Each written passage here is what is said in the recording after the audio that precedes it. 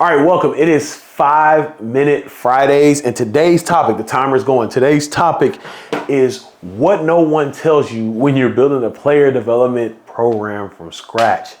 What no one tells you when you're building a player development program from scratch. I'm glad I did 5 minutes because I could do 2.5 hours on this. Going back to when I set enroll in 2016, no one told me, there weren't these resources. No one told me that you have to have quantitative data for the qualitative work, right? No one told me that. No one told me, hey, Ed, you're building this from scratch. This is awesome. You're going to do a lot of qualitative work. These guys are going to mature. These things are going to happen, but you better make sure that you have numbers and you can tell coach this and that. Didn't know about that, right? So I'll never forget, I'm in a staff meeting. We go around the whole entire room. I'm sitting right here. Tom Herman's right here. I'm University of Houston, where I started. I was enrolled at University of Houston, University of Kansas, and Baylor University. And, strength coach, he gives his numbers, what they're doing in strength room. Awesome. The sports man talks about injuries, return to play. Awesome number. Recruiting has their numbers. Awesome. Academics has their numbers. Awesome. We go over here. I think might have been ticketing. There's numbers. Awesome. We got different coordinators that are talking about all that. Boom, awesome. They come to me. Hey, Ed Jones, what you got? Hey, the guys are maturing, coach. They're getting better. Everybody busts out laughing, right? I'm sitting there like, dang, I ain't realized I got to have a quantitative number, but you need to find that quantitative number. You're doing qualitative work. Hey, you need to find a number. Hey, coach, just want to let you know a quarter of the team has been very consistent with community service or community impact. They've been out, 4 or 5 times. So a quarter of our guys are literally in there. Overall, 65% of our team has done some community impact. So just want to give you a heads up on that, right? Boom, that's a number, right? The second thing nobody told me is to save everything from every meeting, take notes, and type that stuff out. Type that stuff out. My first year, the calendar is cyclical. It's cyclical. It just does the same thing every year. Fall camps this we're going to do recruiting, this one in the season, and I just went through that year. I didn't save any of that. So what happened was when Tom Herman left to go to Texas, Major Applewhite was offensive coordinator. He became our head coach. And then Major Applewhite looked at me. He said, hey, Ed, what do we do with this? It was the student practice I put on. So we put on student practice.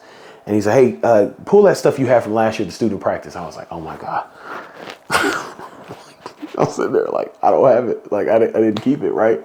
So you want to keep that stuff. It's cyclical, right? You want to make your notes. If you do a program, put down with the program. What was the success? If you have to do it again, like, we did real life Wednesdays. That's 4 weeks.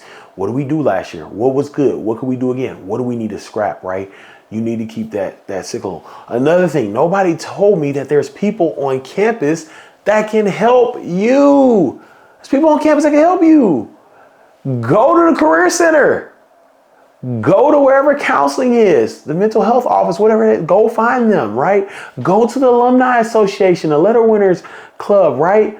Go, right? You've knocked out career development. You've knocked out mental health. You've knocked out alumni. Oh yeah, and community relations. We had a community relations department. I helped. They had this whole deal and they were like, hey, you like this? I'm like, yeah, can I use this? They let me use it. It was a model for what I still do to this day. There are people on your campus that can help you. Don't do this all there, right? So no one told me that when you're building from scratch. And then the other thing, no one told me building from scratch, and I found this off from Will Baggett. Shout out to Will Baggett when he talks, is you have to highlight what you're doing. You have to highlight. It's got to be on LinkedIn.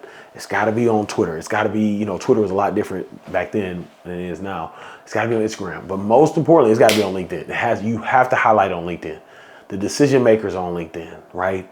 The ADs are on LinkedIn. You have to highlight what you're doing, because if you don't, nobody knows you're doing it.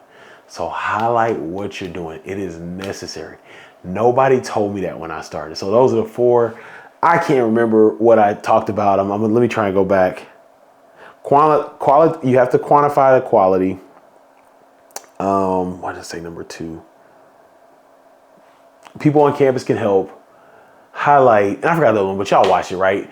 That's that. Now, if you are starting from scratch, what we do have now that I didn't have is, here's my book, The Player Development Guide. It walks through everything I use in the player development role. So if you're building it from scratch, you need this book. And I'm not saying this because I wrote it. I'm saying this because I wrote it for the person I was when I was building scratch. This would have helped me, and this will help you. If you're interested in getting bulk orders for your staff or people you may know or coaches, you can let me know as well. I have that link in the show notes. That is 5 minutes.